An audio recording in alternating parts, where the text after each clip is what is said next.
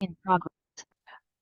Oke, baik teman-teman, kita lanjutkan materi TOEFL kita. Jadi kemarin terakhir kita sudah belajar listening yang bagian pertama. Nah, listening itu ada 3 bagian. Nah, hari ini kita akan selesaikan bagian kedua dan bagian ketiga ya. Jadi kemarin kita sudah belajar kalau di listening nanti teman-teman dikasih soal totalnya itu 50 pertanyaan. Dan 50 pertanyaan itu dibagi ke dalam 3 parts. Part A, Part B, and Part C. Nah, Part A kita sudah belajar kemarin ya, yaitu dia nomor 1 sampai nomor 30, teman-teman. Kemudian nanti sisanya itu Part B sama Part C. Nah, di setiap nomor nanti teman-teman hanya punya waktu 12 detik saja. Oke?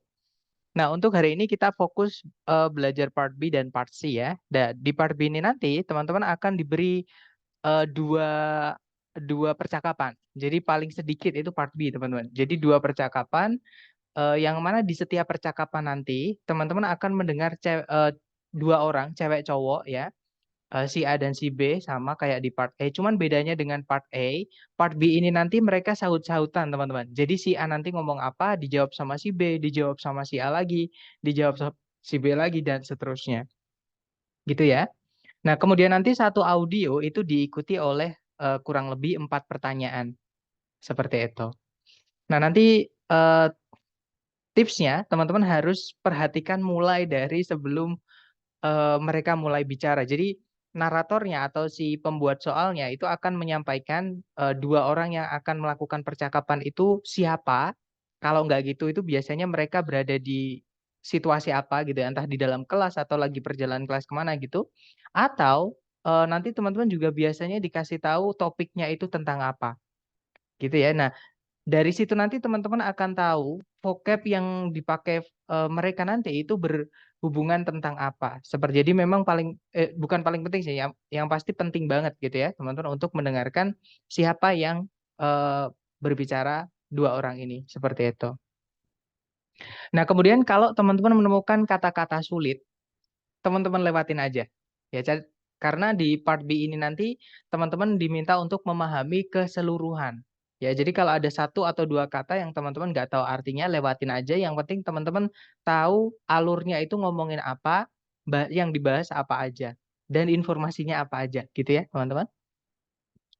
Nah, yang terakhir, teman-teman fokus dengan pertanyaan 5W1H. Jadi entah kapan, siapa, apa gitu ya. Dan ini memang perlu dilatih, teman-teman. Tapi kalau udah sering berlatih dan sudah terlatih gitu ya, udah terbiasa, nanti teman-teman akan enak tanpa memikirkan 5W1H pun sambil mendengarkan, sambil memahami, itu nanti mendengarkan soalnya gampang. Intinya banyakin latihan, teman-teman. Seperti itu. Nah, mungkin ada yang pengen ditanyain dulu nih dari teman-teman sebelum kita lanjut ke latihan soal. Silakan kalau ada pertanyaan dulu mungkin.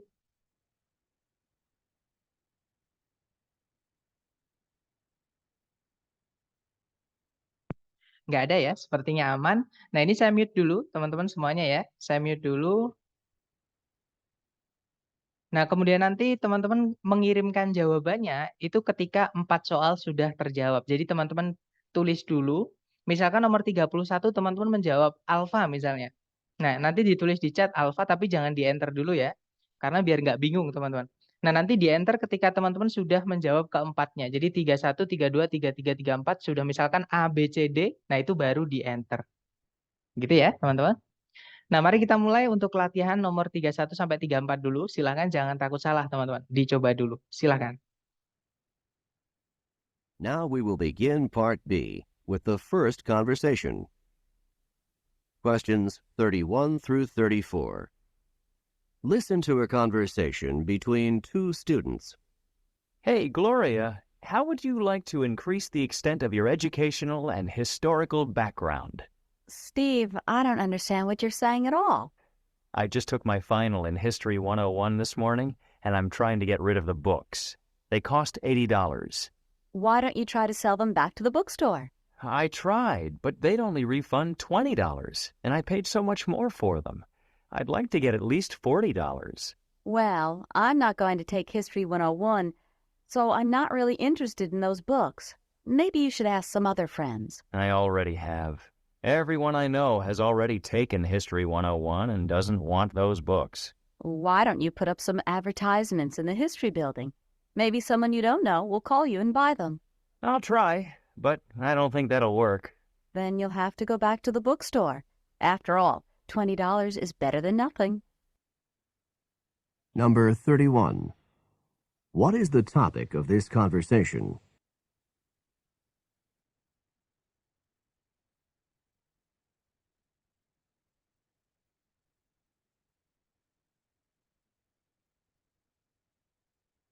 Number 32. Why is the man interested in selling his books?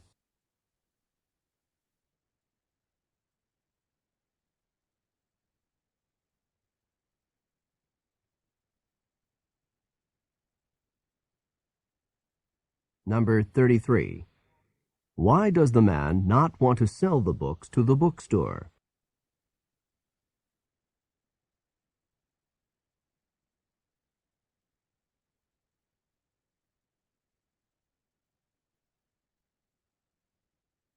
Number 34.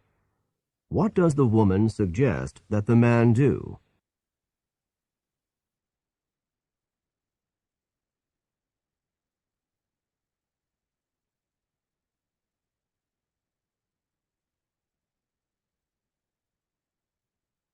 Oke, silakan jawabannya teman-teman. Mungkin boleh dikirim di chat dulu sebelum kita bahas bareng, teman-teman.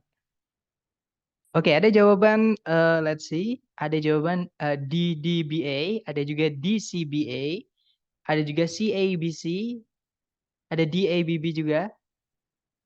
Oke, banyak ya teman-teman. Mari kita cek bareng. Kita dengarkan dulu dengan skripnya supaya mudah untuk kita pelajari. Mari teman-teman. Hey, Gloria, how would you like to increase the extent of your educational and historical background? Steve, I don't understand what you're saying at all. I just took my final in History 101 this morning, and I'm trying to get rid of the books. They cost $80. Why don't you try to sell them back to the bookstore? I tried, but they'd only refund $20, and I paid so much more for them. I'd like to get at least $40. Well, I'm not going to take History 101, so I'm not really interested in those books. Maybe you should ask some other friends. I already have. Everyone I know has already taken History 101 and doesn't want those books. Why don't you put up some advertisements in the history building? Maybe someone you don't know will call you and buy them. I'll try, but I don't think that'll work. Then you'll have to go back to the bookstore. After all, $20 is better than nothing. Oke, itu tadi teman-teman. Jadi kalau diartikan kurang lebih seperti itu tadi adalah sebuah pembicaraan antara dua mahasiswa. Si cowok bilang, "Halo Gloria, seberapa kamu ingin meningkatkan tingkat background sejarah dan pendidikanmu?" Nah, tiba-tiba ditanya gitu ya. Nah, si cewek bingung. "Steve, I don't understand what you're saying at all." "Steve, aku nggak paham apa maksudmu."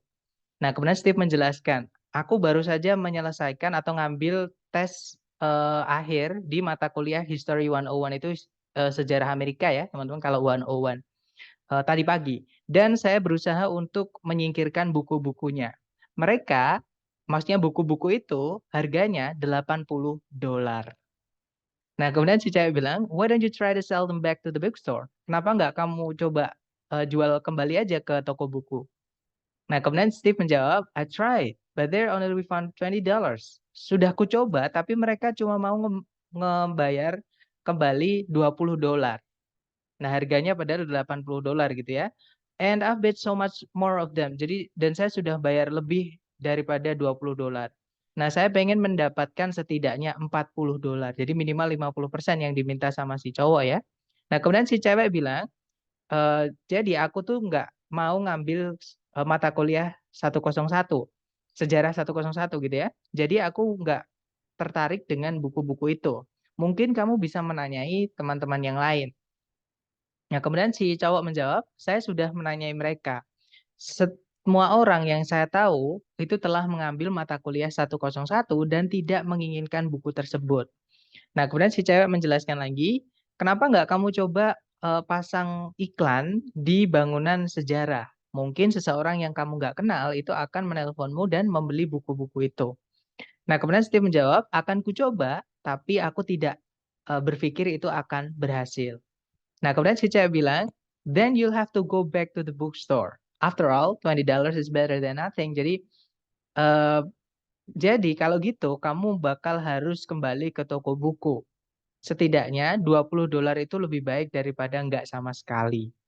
Nah gitu ya, berarti intinya sebenarnya si cowok ini pengen jual buku, teman-teman. Nah si cewek itu memberikan masukan gitu ya, masukan cara-cara menjualnya, kepada siapa menjualnya, seperti itu. Nah kita dengarkan number 39. Number 31. What is the topic of this conversation? Nah, maksud saya 31 ya teman-teman. Jadi si pertanyaannya adalah what is the topic of this conversation? Apa sih topik dari pembicaraan tadi atau inti dari pembicaraan tadi? Nah tadi si cowok pengen jual buku ya teman-teman. Nah berarti jawaban yang paling tepat adalah yang delta teman-teman. Ways to sell used books. Jadi cara-cara untuk menjual buku-buku yang sudah tidak yang sudah terpakai atau bekas gitu ya. Jadi bukunya itu udah dipakai sama si cowok. Nah, daripada dibuang, dia jual aja. Seperti itu, teman-teman. Itu ya. Nah, kalau yang alpha harga dari textbook kita nggak tahu ya. Maksudnya mereka itu intinya bukan ngomongin tentang berapa harganya, tapi lebih maksudnya itu pengen menjual buku itu. Terutama si cowok maksudnya. Nah, kalau yang Bravo sejarah 101, nah itu bukan ngomongin mata kuliahnya, teman-teman, tapi ngomongin bukunya si cowok di mata kuliah itu yang pengen dia jual, gitu ya. Nah, kalau yang Charlie toko bukunya universitas atau toko buku kampus. Bukan ya, teman-teman, karena jelas yang dibahas intinya tadi adalah cara menjual buku, seperti itu. Jadi jawabannya yang paling mendekati atau yang paling tepat adalah yang delta. Oke, lanjut ke number 32. Number 32. Why is the man interested in selling his books? Nah, kenapa si cowok itu pengen atau tertarik pengen menjual bukunya gitu ya, teman-teman. Nah, karena dia udah nggak pakai buku itu, karena dia udah ngambil tes akhir tadi ya, final tadi, teman-teman, di mata kuliah History 101. Jadi dia tidak terlalu membutuhkan buku tersebut. Nah, berarti jawaban yang paling tepat adalah yang Charlie ya. He has finished using them. Jadi si cowok itu sudah selesai menggunakan buku-buku tersebut. Mata kuliahnya udah habis gitu ya. Jadi daripada nggak kepake, dijual aja. Menurut si cowok begitu. Oke, lanjut lagi ke number 33. Number 33. Why does the man not want to sell the books to the bookstore? Nah, kenapa si cowok itu nggak pengen menjual buku-bukunya ke toko buku? Nah, karena kurang ya, teman-teman, dapatnya. Menurut si cowok itu dia belinya dulu harganya $80, sedangkan toko buku ngasihnya cuman $20. Jadi dia kayak rugi banyak gitu, dia nggak mau gitu ya. Nah, jadi jawabannya paling tepat adalah yang Bravo, teman-teman. He wouldn't get enough money. Jadi si cowok nggak akan dapat cukup uang yang cukup, maksudnya cukup di sini sepengennya dia, maksudnya nggak sesuai sama yang dia pinginin, seperti itu. Oke, lanjut ke number 34. Number 34. What does the woman suggest that the man do? Nah, di akhir tadi apa yang si cewek sarankan supaya si cowok lakukan. Nah, jadi si cewek tadi menyarankan untuk memasang iklan akhirnya ya, teman, karena dia nggak membutuhkan bukunya. Kemudian si cewek itu pertama nyaranin coba jual ke teman-teman yang lain. Nah, kata si cowok, teman-temannya yang lain tuh ternyata udah ngambil mata kuliah sejarah 101 dan tidak menginginkan buku tersebut gitu ya. Nah, kemudian si cewek bilang, coba aja jual ke toko, maksud saya ke bangunan sejarah, siapa tahu ada yang membutuhkan dan menelponmu gitu ya. Jadi jawaban yang paling tepat adalah yang alpha, teman-teman. Post some advertisements. Seperti itu. Oke, nah itu tadi. Kita lanjut ke audio yang kedua ya, teman-teman. Silakan dicoba lagi, jangan takut salah, teman-teman. Sama ya, nanti teman-teman kirim jawabannya ketika 4 soal sudah terjawab, kayak sebelumnya tadi. Baik, silakan teman-teman. Questions 35 through 38. Listen to a conversation about sleeping habits. Did you know that the average time that people spend sleeping decreases considerably as they get older? Really? I would have thought that the opposite was true, that people needed more sleep when they were older. No. Studies clearly show that the need for sleep decreases rather than increases with age. I was just reading a journal article for my psychology class, and it contained some really interesting information about sleep. Really? What did you find out? Well, young babies required the most sleep, and that should come as no surprise. The average 1-year-old sleeps about 13 hours a day. People in their 20s need about 8 hours of sleep a night. Well, that sounds about right to me. That's my age group, and I know I'm at my best when I'm able to sleep that much each night. What about older people? Well, the average amount of sleep decreases with age. And in the study I read, the average amount of sleep for people in their 50s was between 5 and 6 hours a night.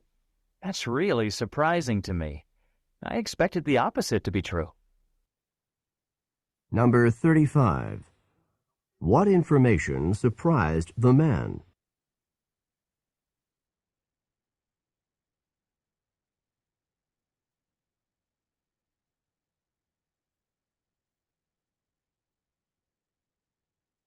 Number 36.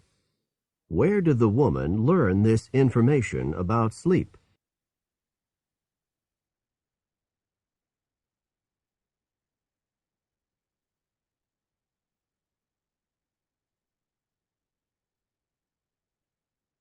Number 37. What is the man's age group?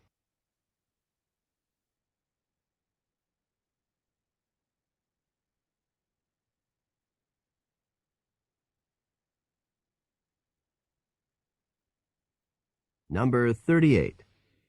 Approximately how many hours of sleep per night do 50-year-olds require?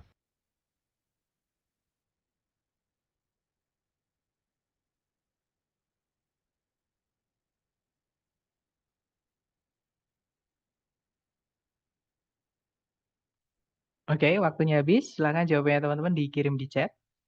Ada jawaban banyak teman-teman, DCBD, DABD.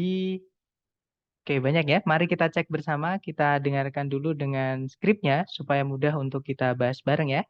Silakan teman-teman. Did you know that the average time that people spend sleeping decreases considerably as they get older?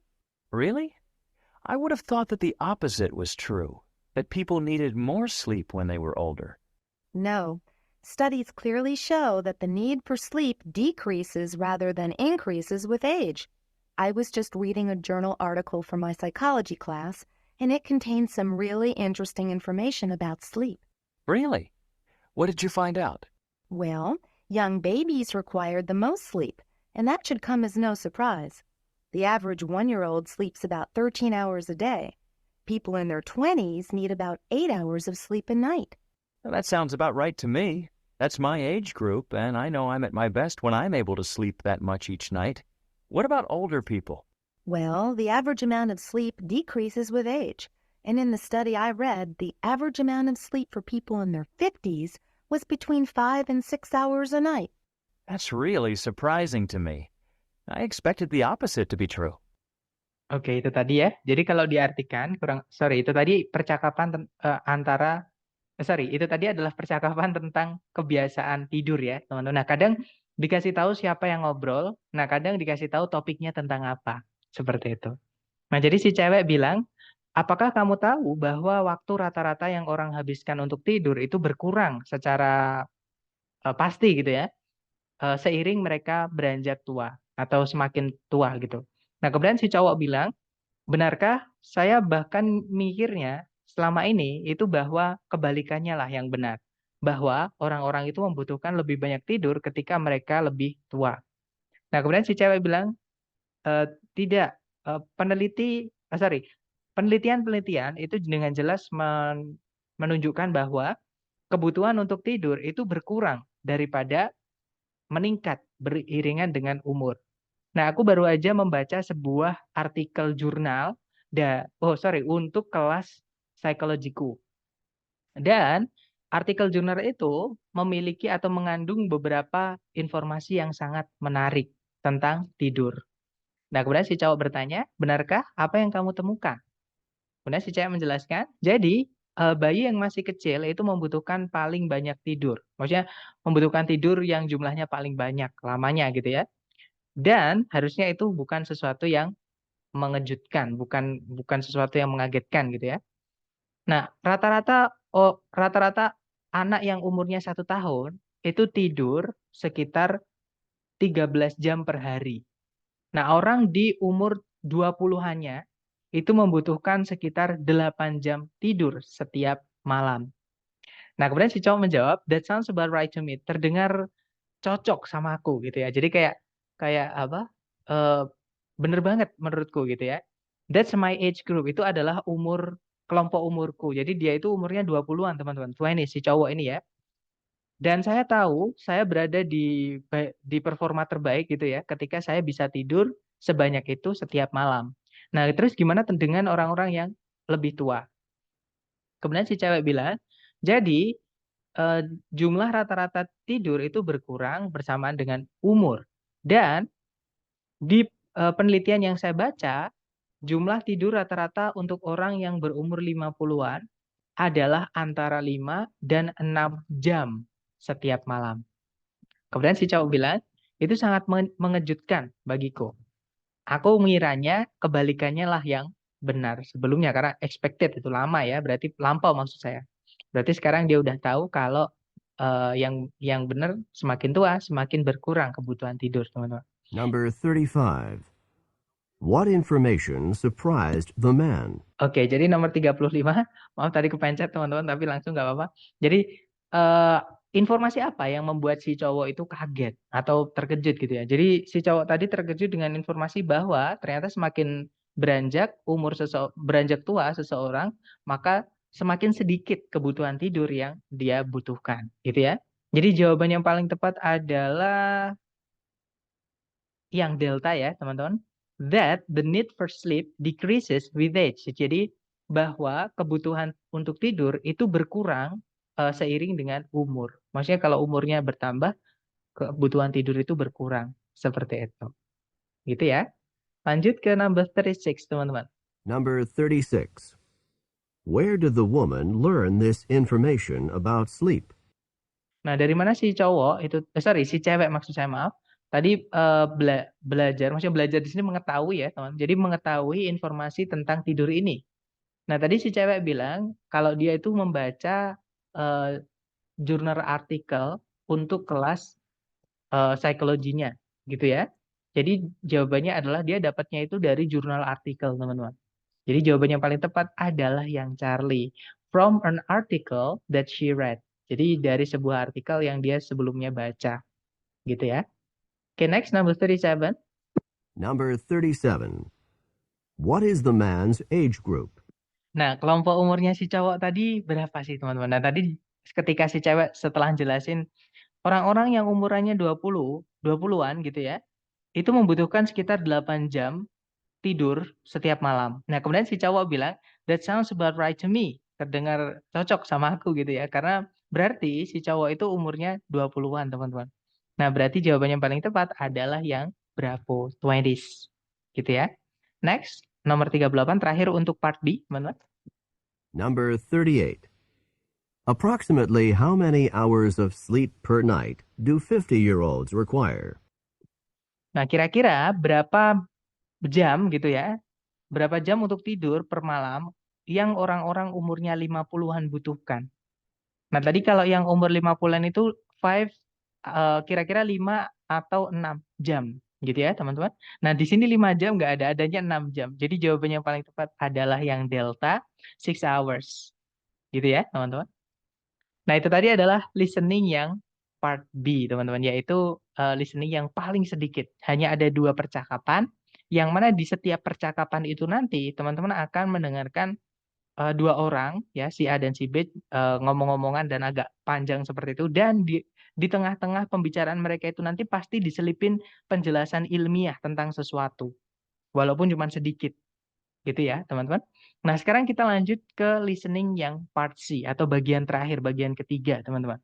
Oke. Nah, bedanya dengan part B, di part C itu nanti kita akan mendengarkan satu orang ngomong, teman-teman. Jadi kayak kita mendengarkan dosen yang sedang menjelaskan di depan kelas. Gitu ya.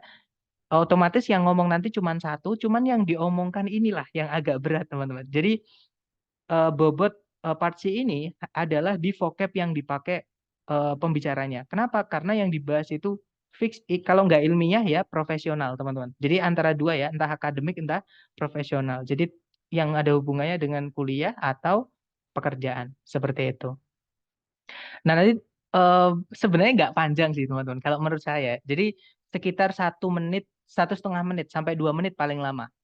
Nah, tapi di sini nanti ini memang perlu melatih ketahanan teman-teman mendengarkan bahasa Inggris itu seberapa lama. Pokoknya kalau teman-teman mendengarkan vocab yang teman-teman nggak tahu artinya, lewatin aja. Ya, itu tipsnya teman-teman. Oke. Nah, jadi si pembuat soal itu nanti akan memberikan topik dan coverage juga, jadi mirip kayak di part B, ya. Yang mana nanti di part C ini teman-teman biasanya akan dikasih tahu yang ngomong itu siapa, kalau nggak gitu topiknya yang dibahas apa, kalau nggak gitu itu di apa, apakah di kelas, apakah di mana, dan seterusnya. Gitu ya. Nah, itu nanti yang akan membantu teman-teman untuk menentukan vocab yang dipakai. Seperti itu. Nah, kemudian sama kayak part B, kalau teman-teman menemukan ada kata yang nggak tahu artinya, teman-teman tinggalkan aja. Intinya teman-teman usahakan memahami konteks keseluruhan, jangan kata per kata, teman-teman. Ya, jadi teman-teman bisa menebak kata yang nggak tahu artinya tadi, yang teman-teman lewati tadi, dengan menyambungkan, atau kalau saya mungkin bahasa kasarnya cocokologi gitu ya. Oh, ini yang diomongin ini. Kok setelahnya kalimat ini kok ngomongin ini? Oh, berarti sambungannya tadi kata yang nggak tahu artinya ini. Seperti itu. Jadi tapi itu prosesnya cepat banget, teman-teman. Gitu ya. Jadi teman-teman sambil harus fokus dengan yang teman-teman dengarkan. Seperti itu. Nah, kemudian fokus juga dengan details 5W1H karena itu nanti yang akan dipertanyakan. Dan sekarang kalau di tahun 2024 ini listeningnya lebih gampang ya, teman-teman, karena soalnya itu ditulis. Jadi teman-teman bisa memprediksi sambil mendengarkan, teman-teman misalkan ya kalau bisa itu teman-teman baca soal sekilas saja, nanti sambil mendengarnya teman-teman akan mendengar, oh ini jawabannya ini jawabannya ini gitu. Gitu ya. Tapi untuk mengecek pilihan A, B, C, D-nya nanti aja. Seperti itu. Nah, mungkin ada yang pengen teman-teman tanyain dulu sebelum kita lanjut ke listening part C, ke latihannya. Silakan kalau ada pertanyaan. Oh iya, kalau teman-teman ada yang tertinggal mungkin tadi ya, karena ada yang tadi saya lihat kayaknya ada yang chat saya ketinggalan. Nanti bisa lihat dari rekaman kelas ya, teman-teman.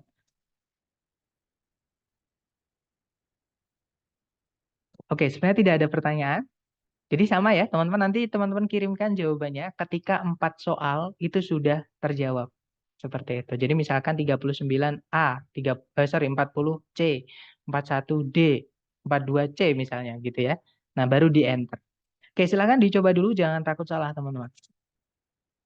Now we will begin part C with the first talk.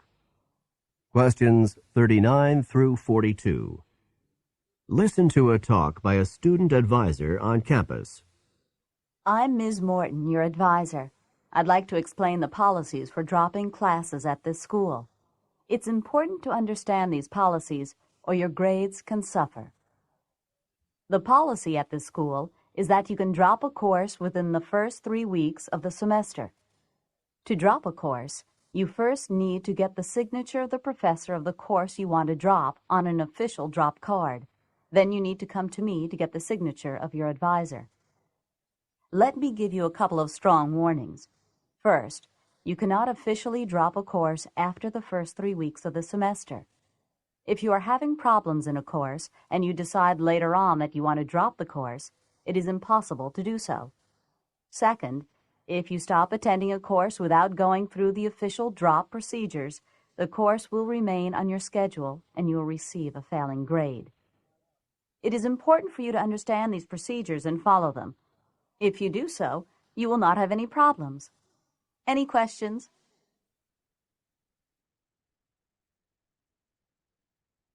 Number 39.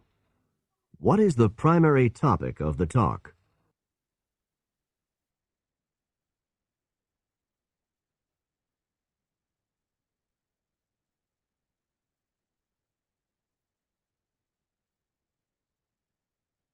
Number 40. When can a student officially drop a course?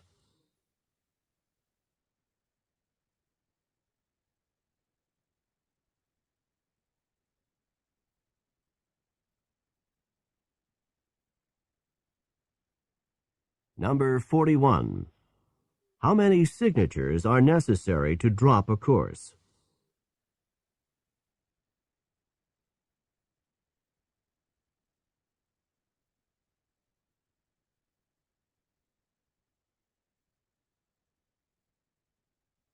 Number 42.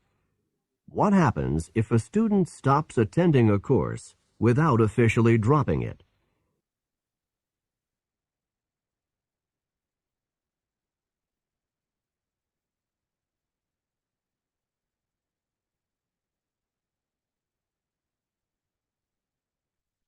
Oke, waktunya habis. Silahkan jawabannya teman-teman boleh dikirim di chat dulu ya. Jangan takut salah, sedapatnya teman-teman dulu. Nanti kita bahas, teman-teman, ada jawaban BCCA, BD, BCCA, BCCA. Oke, saya lihat hampir semuanya menjawab BCCA ya. Mari kita cek bareng, teman-teman. Kita dengarkan dulu dengan skripnya supaya mudah untuk kita pelajari. Mari, teman-teman. Questions 39 through 42. Listen to a talk by a student advisor on campus. I'm Ms. Morton, your advisor. I'd like to explain the policies for dropping classes at this school. It's important to understand these policies or your grades can suffer. The policy at this school is that you can drop a course within the first 3 weeks of the semester. To drop a course, you first need to get the signature of the professor of the course you want to drop on an official drop card. Then you need to come to me to get the signature of your advisor. Let me give you a couple of strong warnings. First, you cannot officially drop a course after the first 3 weeks of the semester. If you are having problems in a course and you decide later on that you want to drop the course, it is impossible to do so. Second, if you stop attending a course without going through the official drop procedures, the course will remain on your schedule and you will receive a failing grade. It is important for you to understand these procedures and follow them. If you do so, you will not have any problems. Any questions? Oke, itu tadi, teman-teman, sebuah pembicaraan oleh seorang dosen pembimbing gitu ya, di kampus. Jadi dosen pembimbing mahasiswa di kampus. Nah, tadi dikatakan I'm Miss Morton. Jadi saya adalah Bu Morton gitu ya, pembimbing kalian. Dan saya ingin menjelaskan kebijakan-kebijakan untuk membatalkan mata kuliah di universitas ini atau di kampus ini maksudnya ya. Nah, penting untuk memahami kebijakan-kebijakan ini atau nilai kalian bisa menderita, maksudnya bisa jeblok gitu teman-teman. Nah, kebijakan di sekolah ini adalah bahwa kalian bisa membatalkan sebuah mata kuliah di dalam 3 minggu pertama di semester atau di setiap semester. Nah, untuk membatalkan sebuah mata kuliah, kalian perlu pertama mendapatkan tanda tangan dari profesor dari mata kuliah yang kalian ingin batalkan di sebuah kartu pembatalan resmi. Nah, kemudian kalian perlu datang ke saya untuk mendapatkan tanda tangan dari dosping kalian. Nah, izinkan saya memberikan kalian beberapa peringatan tegas. Pertama, kalian tidak bisa dengan resmi membatalkan mata kuliah setelah 3 minggu pertama lewat, 3 minggu pertama di setiap semester itu lewat gitu ya. Nah, jika kalian ada masalah di mata kuliah dan kalian memutuskan nanti-nanti aja gitu ya, kalau kalian ingin membatalkan mata kuliah tersebut, tidak mungkin untuk melakukan hal tersebut. Nah, kedua, jika kalian berhenti mendatangi sebuah mata kuliah tanpa melalui prosedur pembatalan resmi, mata kuliah itu akan tetap berada di jadwal kalian, di SKS kalian, dan kalian akan mendapatkan nilai gagal untuk mata kuliah tersebut, gitu ya. Nah, penting bagi kalian untuk memahami prosedur ini dan mengikutinya. Jika kalian melakukannya, kalian tidak akan ada masalah apapun. Adakah pertanyaan? Nah, mari kita cek number 39, teman-teman. Number 39. What is the primary topic of the talk? Nah, apa topik utama dari pembicaraan tadi? Nah, tadi adalah dosen pembimbing yang menjelaskan cara membatalkan mata kuliah gitu ya. Kalau kita misalkan udah terlanjur ngambil mata kuliah itu terus nggak jadi. Nah, caranya gimana? Nah, tadi dijelaskan seperti itu. Nah, jadi jawabannya yang paling tepat adalah yang bravo ya, teman-teman. Yaitu the procedure for dropping courses. Jadi prosedur untuk membatalkan mata kuliah. Seperti itu. Oke, lanjut lagi ke nomor berikutnya, number 40. Silakan. Number 40. When can a student officially drop a course? Nah, jadi pertanyaannya kapan mahasiswa itu bisa secara resmi membatalkan mata kuliah? Nah, tadi dijelaskan within the first 3 weeks of the semester. Jadi di dalam 3 minggu pertama di setiap semester. Gitu ya, teman-teman. Nah, berarti jawabannya yang paling tepat adalah yang Charlie. During the first 3 weeks of the semester. Okay. Next, number 41. Number 41. How many signatures are necessary to drop a course?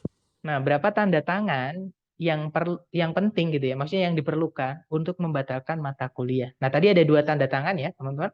Yang pertama si pembatal mata kuliah itu atau mahasiswanya itu harus menghubungi profesornya dulu untuk mendapatkan tanda tangan profesor mata kuliah yang dibatalkan gitu ya. Nah, yang kedua itu nanti menuju ke siapa tadi? Dosbingnya untuk mendapatkan tanda tangan dosbingnya. Jadi ada 2, teman-teman. Oke, the answer is Charlie. Okay, next, number 42. Number 42. What happens if a student stops attending a course without officially dropping it? Nah, apa yang terjadi jika seorang mahasiswa itu berhenti mendatangi sebuah mata kuliah tanpa secara resmi membatalkan mata kuliah tersebut? Nah, otomatis si mahasiswa itu dianggap gagal di mata kuliah itu ya, teman-teman. Jadi jawaban yang paling tepat adalah yang alpha, the student fails the course. Seperti itu. Oke, nice, teman-teman. Kita lanjut lagi ke number 43 through 46. Dicoba lagi ya, jangan takut salah. Silahkan, teman-teman. Questions 43 through 46. Listen to a talk about the California Gold Rush. The California Gold Rush, which figured so prominently in the development of the West, was actually the result of a chance happening. Captain John Sutter received the rights to a large piece of land near what is today Sacramento in Northern California. Sutter's main purpose was to develop a lumber business from the huge expanses of trees on his property. It was during the construction of a sawmill for his lumber business that gold was found on the bank of the American River. As news about the gold spread, thousands of gold prospectors descended on Sutter's property. Sutter's business was destroyed by the prospectors, and Sutter received little from the gold that was found there. Although Sutter died a poor and disheartened man, the population of California increased tremendously because of what was found on his property. Number 43. What kind of business was Sutter undertaking?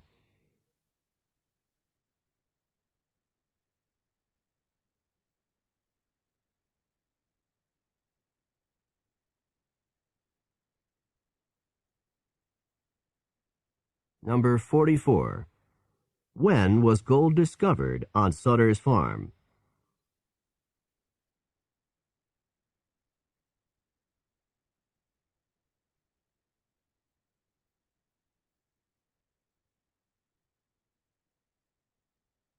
Number 45.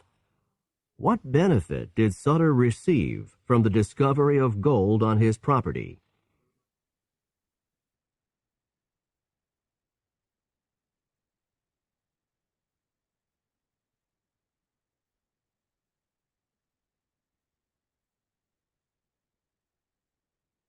Number 46. What is the speaker's main point in this lecture?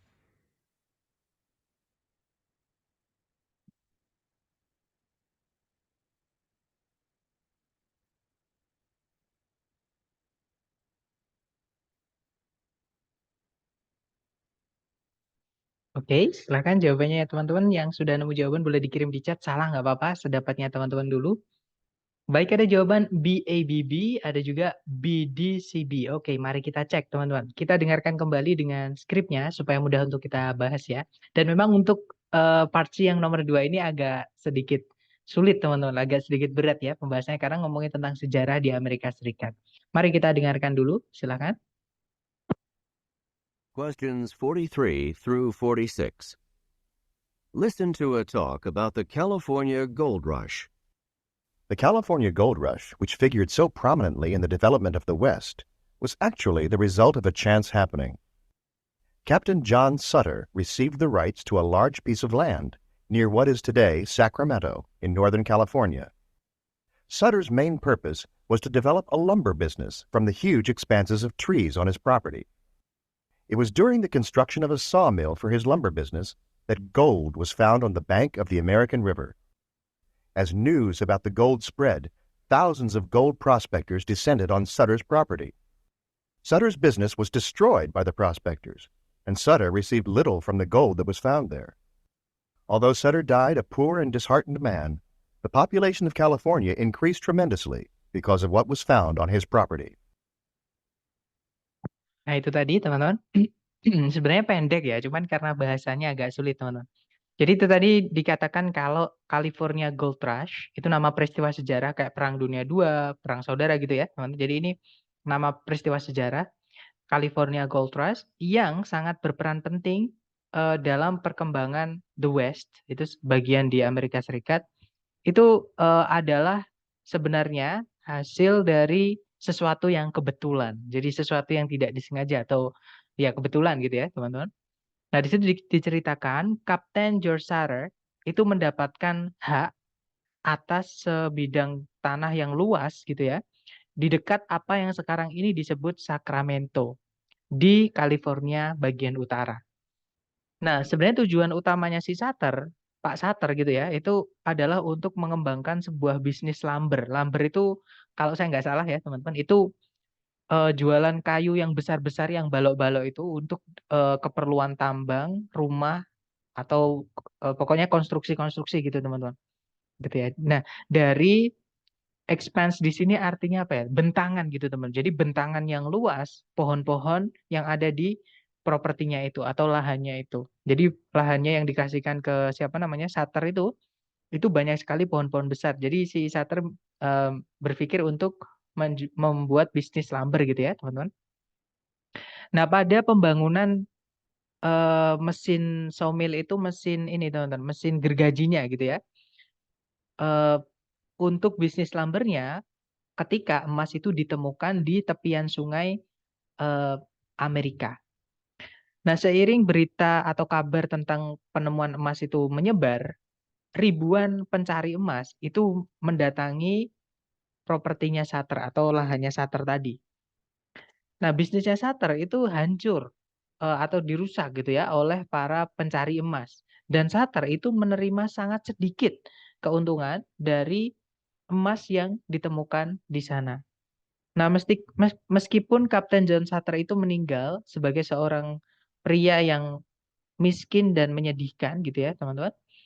Populasi dari California itu sangat meningkat drastis karena apa yang ditemukan di propertinya atau di lahannya. Seperti itu. Number 43. What kind of business was Sutter undertaking? Nah, jenis bisnis apa yang pada waktu itu Sutter sedang jalankan? Nah, Sutter itu sedang menjalankan bisnis lumbernya tadi ya, teman-teman, karena dia pengen membuat lumber bisnis tadi. Gitu ya. Jadi jawaban yang paling tepat adalah yang Bravo, a lumber business. Oke, jadi jawabannya Bravo. Next, number 44. Number 44. When was gold discovered on Sutter's farm? Nah, kapan emas itu ditemukan di kebunnya Sutter berdasarkan yang kita dengar tadi ya. Jadi Kapten John Sutter tadi ketika membuat mesin gergajinya, nah itu emas ditemukan teman-teman. Oke, berarti jawaban yang paling tepat adalah yang alpha during the construction of a sawmill. Jadi selama pembangunan atau pembuatan mesin gergajinya, gitu ya. Oke, next number 45. Number 45. What benefit did Sutter receive from the discovery of gold on his property? Nah, keuntungan apa yang Sutter dapatkan atau terima gitu ya dari penemuan emas di lahannya itu? Nah, jadi dijelaskan Sutter itu hanya mendapatkan sangat sedikit ya, from little from the gold that was found in his property gitu ya. Jadi dia cuma dapat sangat sedikit teman-teman. Oke. Kalau kita lihat pilihan ABCD yang paling masuk akal atau paling nyambung adalah yang delta, little or nothing. Jadi sedikit atau bahkan nggak ada. Karena dia bahkan rugi ya teman-teman. Kalau yang alpha itu artinya kemakmuran yang meningkat, kemakmuran yang semakin membaik. Bukannya malah kebalikannya. Dia di akhir bahkan dia diceritakan meninggal dunia sebagai seorang yang miskin dan apa tadi? Yang miskin dan menyedihkan gitu ya, teman-teman. Kemudian yang Bravo pembagian emas yang banyak. Bukan ya, karena dia nggak dapat apa-apa.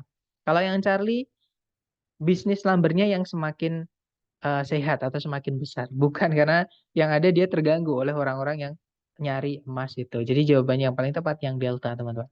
Okay, next number 46. Number 46. What is the speaker's main point in this lecture? Nah, apa inti yang ingin si pembicara tadi sampaikan di mata kuliah ini tadi ya, atau pembicaraan ini tadi teman-teman. Jadi lecture itu juga bisa diartikan kayak apa ya, pembicaraan gitu. Atau kalau kita kan biasanya ngartikannya kuliah atau khutbah gitu. Kalau di sini maksudnya pembicaraan tadi. Nah, jadi jawaban yang paling tepat itu tadi bukan ngomongin tentang John Sutter ya, teman-teman.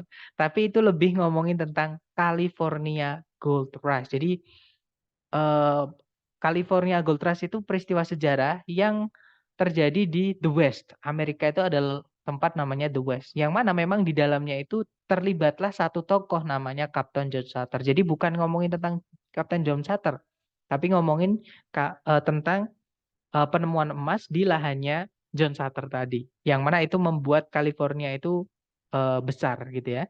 Nah, jawaban yang paling tepat, teman-teman, itu adalah yang delta. Jadi, to show that the development of the West is partly by chance. Jadi, menunjukkan atau menjelaskan bahwa perkembangan dari the West itu sebagian itu karena kebetulan. Seperti itu. Kalau yang alpha untuk menunjukkan seberapa menyedihkan hidup yang John Sutter alami. Bukannya memang ceritanya ada teman-teman kehidupan yang menyedihkannya John Sutter, tapi bukan itu intinya. Kalau yang Bravo untuk menunjukkan the fall itu apa ya teman-teman? Jatuh bangun gitu ya. Jadi jatuh bangun dari berusaha untuk mendirikan sebuah bisnis. Bukan ya teman-teman, karena jauh sebenarnya dari pembahasan tadi itu sebenarnya jauh dari bisnis ya, tapi lebih ke sejarah gitu teman-teman. Kalau yang tadi untuk menunjukkan dampak dari penemuan emas terhadap beberapa individual atau terhadap orang-orang.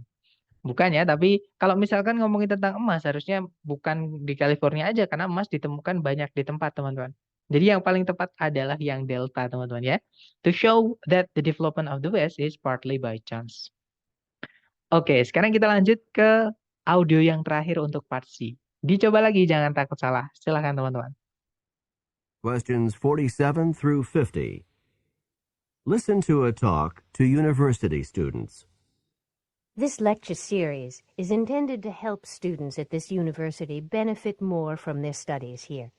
The topic of tonight's talk is how to manage your time. Time is a very important commodity when you are a university student. There simply never seems to be enough of it to go around. You will need to attend classes, study, complete homework assignments, work on research, eat, sleep, perhaps hold down a part-time job, and maybe actually find time to relax for a moment or two. So, a very important skill for you to learn is to manage your time. If you manage your time wisely, I think that you'll find there is enough of it to go around. One valuable tool in time management is to monitor how you spend your time for a week. Then, after you spend this week monitoring your time, you can evaluate what you have done with your time and learn to make the best use of it. During this week of personal time monitoring, you should divide each 24-hour day into 15-minute blocks, so each day has 96 blocks of time. Then write down how you spend each 15-minute period. I know that it is bothersome to write all of this information down for a week, but the benefits of such a study can be great. At the end of a week, you will see just how much time you have spent productively and how much time you have not. The specific assignment that I have for each one of you is to spend the next week conducting your personal time monitoring study. At the end of this week, you should make an appointment with me to discuss your results. Number 47. What is the topic of this talk?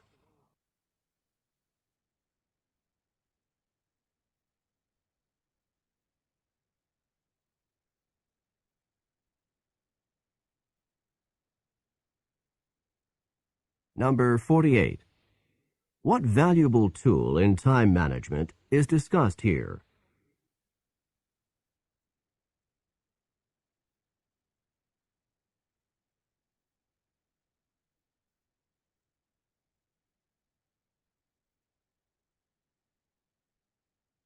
Number 49. How long should this study take?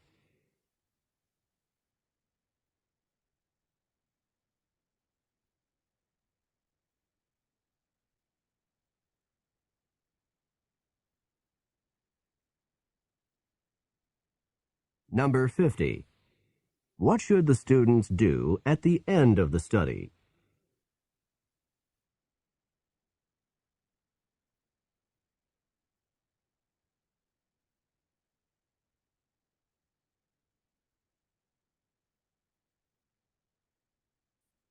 Oke, silakan jawabannya teman-teman boleh dikirim di chat dulu. Baik, ada jawaban BCCA, BCBA, BCDC. Oke, mari kita cek bareng ya. Kita dengarkan kembali dengan skripnya supaya mudah untuk kita bahas, teman-teman. Silakan. Questions 47 through 50. Listen to a talk to university students. This lecture series is intended to help students at this university benefit more from their studies here.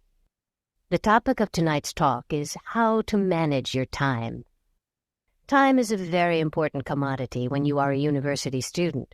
There simply never seems to be enough of it to go around.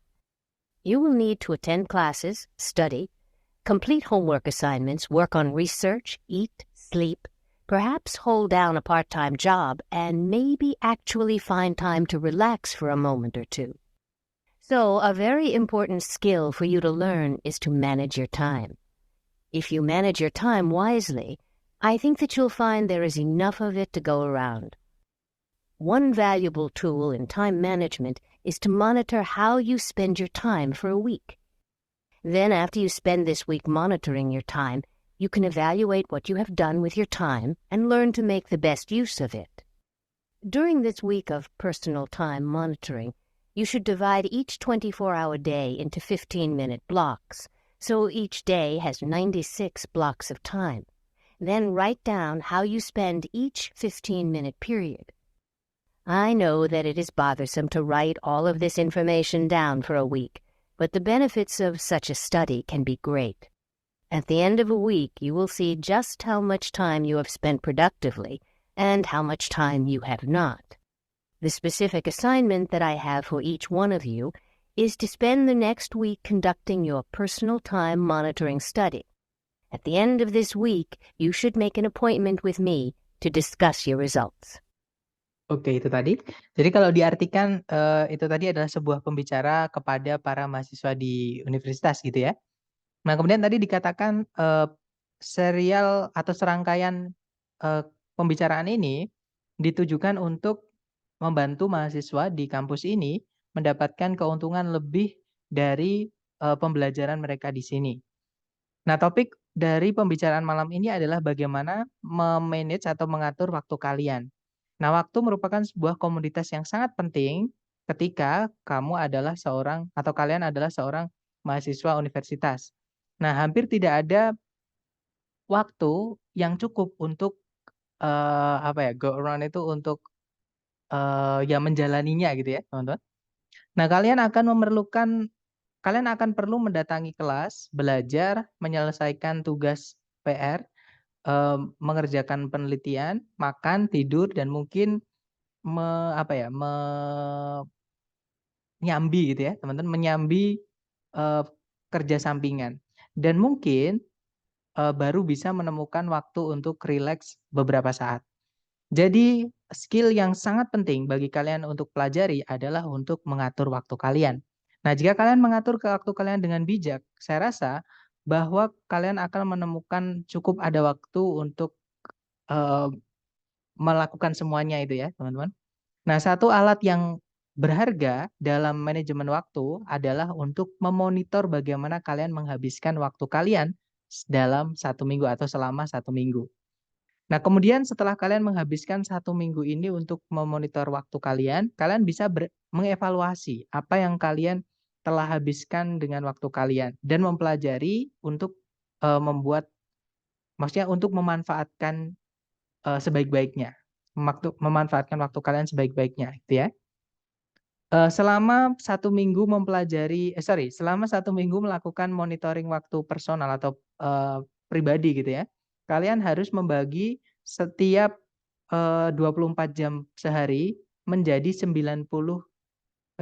menjadi kotak-kotak 15 menitan. Jadi setiap 15 menit itu 1 kotak maksudnya gitu ya. Jadi kalau 1 jam ada 4 kotak, teman-teman, karena 60 menit seperti itu. Nah, jadi setiap hari itu ada 96 kotak waktu. Nah, karena 24 kali 4, teman-teman.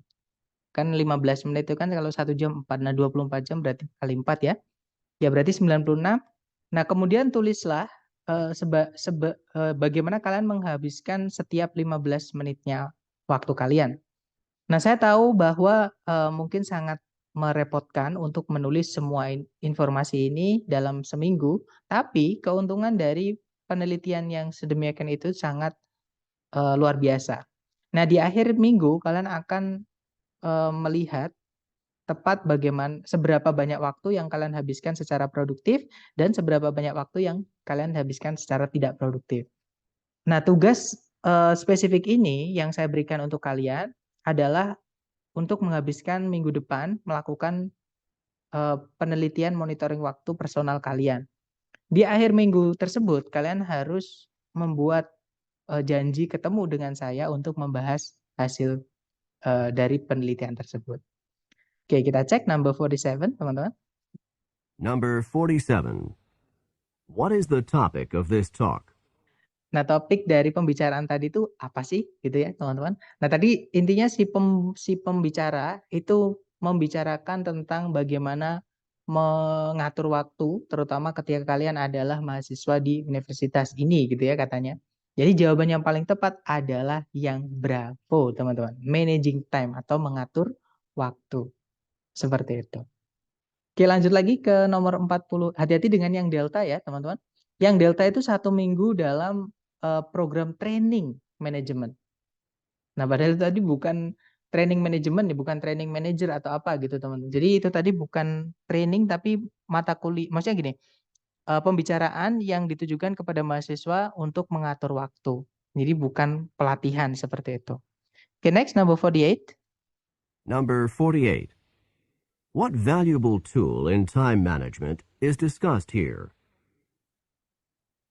Nah, jadi alat berharga apa dalam manajemen waktu yang dibahas di situ tadi ya, teman-teman. Nah, tadi ngomongin tentang personal time management study ya.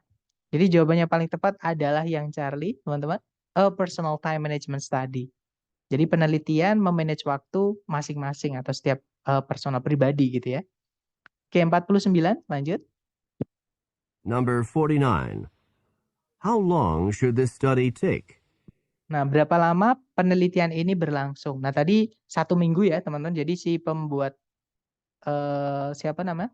Si pembicara tadi memberikan tugas kepada mahasiswanya untuk melakukan penelitian itu untuk 1 minggu, seperti itu. Jadi jawaban yang paling tepat adalah, nah 1 minggu diganti dengan hari, teman-teman. Jadi 7 days ya.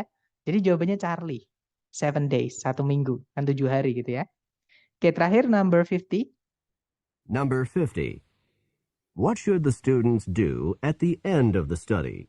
Nah, apa yang para mahasiswa harus lakukan di akhir penelitian itu? Nah, tadi disampaikan di akhir ya, supaya membuat janjian ketemu dengan dosennya tadi yang berbicara tadi untuk membahas atau discuss the results. Jadi membahas hasilnya.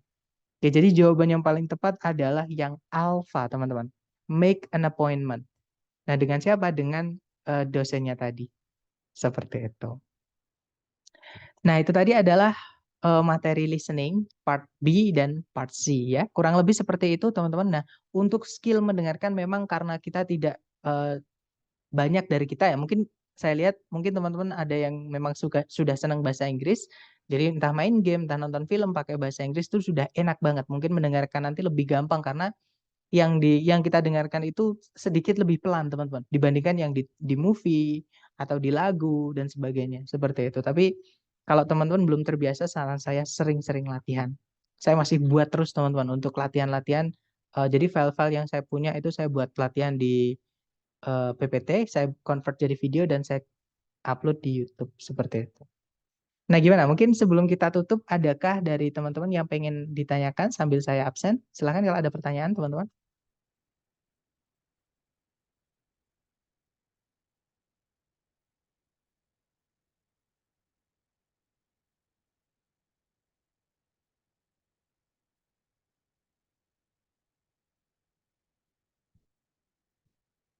Oke, sudah selesai saya absen. Oke, ada pertanyaan? Oh, belum, sir. Maksudnya nggak ada pertanyaannya. Baik, kalau gitu terima kasih for today, everyone. And I'll see you again next time. The last I say, Assalamualaikum warahmatullahi wabarakatuh, and have a great day, guys. See you next time.